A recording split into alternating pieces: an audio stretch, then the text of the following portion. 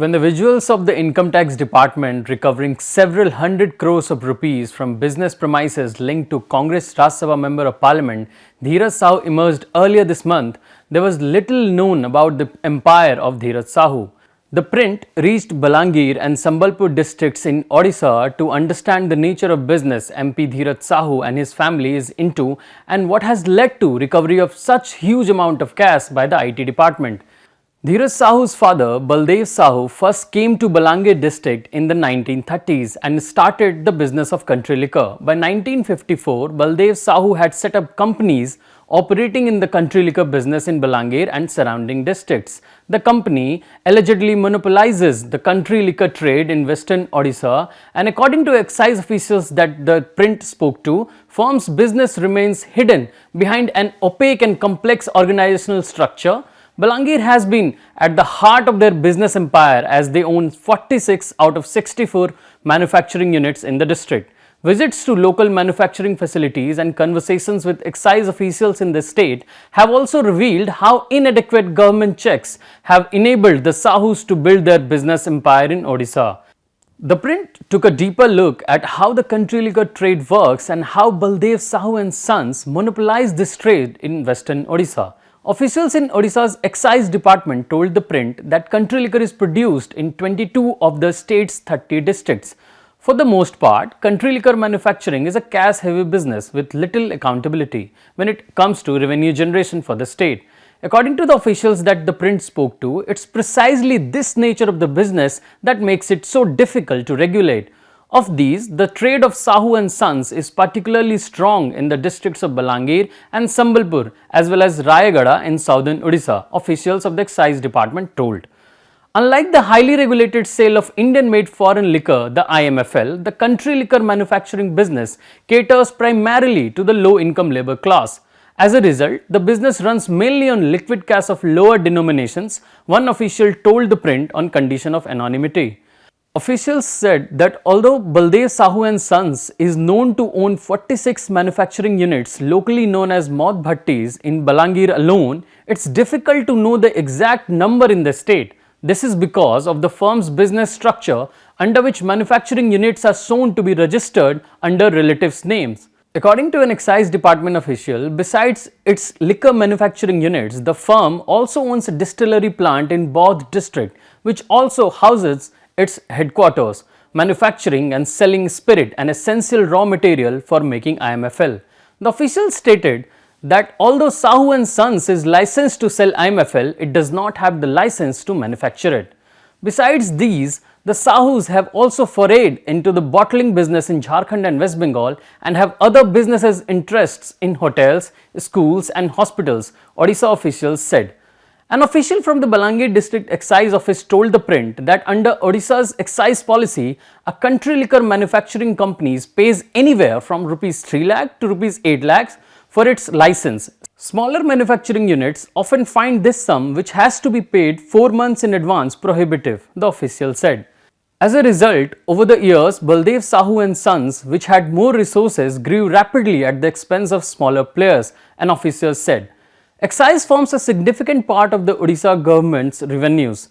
In a written response to the question in the State Assembly earlier this year, Excise Minister Ashwini Kumar Patra reportedly said that the state's excise collection for 2022-23 had been Rs 6,455.06 crore, a whopping 368% rise from the Rs 1,379.91 crore which was reported in year 2011-12. In this part of the country-made liquor is produced using the mahua flower. The mahua is a tropical tree found largely in the central, southern and north Indian plains and forests. It is acquired from rural Odisha and the price is set at panchayat level, an excise department official told the print. The process of manufacturing country liquor involves taking out white flowers from mahua tree which are then dried, crushed and soaked in water. This is left to ferment for a few days so that yeast present in the flowers converts the natural sugar present in it to alcohol. The final product of the country liquor has on average an alcohol concentration of 15 to 20%. According to another official in Odisha's excise department, the state government has two policies to regulate the business of manufacturing country liquor. both concerning the sale and use of the mahua flour. The first obliges any manufacturer to a duty of rupees 1450 per quintal of the flour. This is over and above the price of the flour, the official said. On average, mahua flour costs rupees 2000 to 3000 per quintal. Significantly, according to Odisha's excise rules, while there is a tax on input costs, there is none on the finished product. The second policy is called the minimum guarantee quota. Under this, for every rupees 1000 of the license fee paid upfront, a manufacturer is guaranteed to get 0.786 quintal of mahua. This means that the higher the license fee, the more mahua a manufacturer is entitled to, the official said, adding that while there is a guaranteed minimum mahua quota, there is no upper limit to how much of the flour can one acquire. This, in turn, leaves the manufacturer to decide how much country liquor he wants to produce, an official said. They can choose to pay the license fee upfront to maximize the revenue and gains, which could be in very high multiples. Sudarshan Nayak, a retired IS officer who served as Odisha's Excise Commissioner between 2006 to 2012, told ThePrint that there are three major problems in the country liquor business in the state. First, he said that the licenses for manufacturing, distribution and selling of liquor should not be concentrated with one licensee. Second, he said, there is no transparent system to check the exact manufacturing of liquor by any licensee, and the third is that there is no maximum capping in the excise policy to restrict the manufacturing at a certain level. Given that much of the business of country liquor production is unregulated, the scale of this side of the company's business, the number of units, their production capacity, total staff, sales volume and details of their annual turnover remains largely unknown. According to a senior officer in the excise department, the scale and the penetration of the business in the rural parts of western Odisha make it hard to keep track of.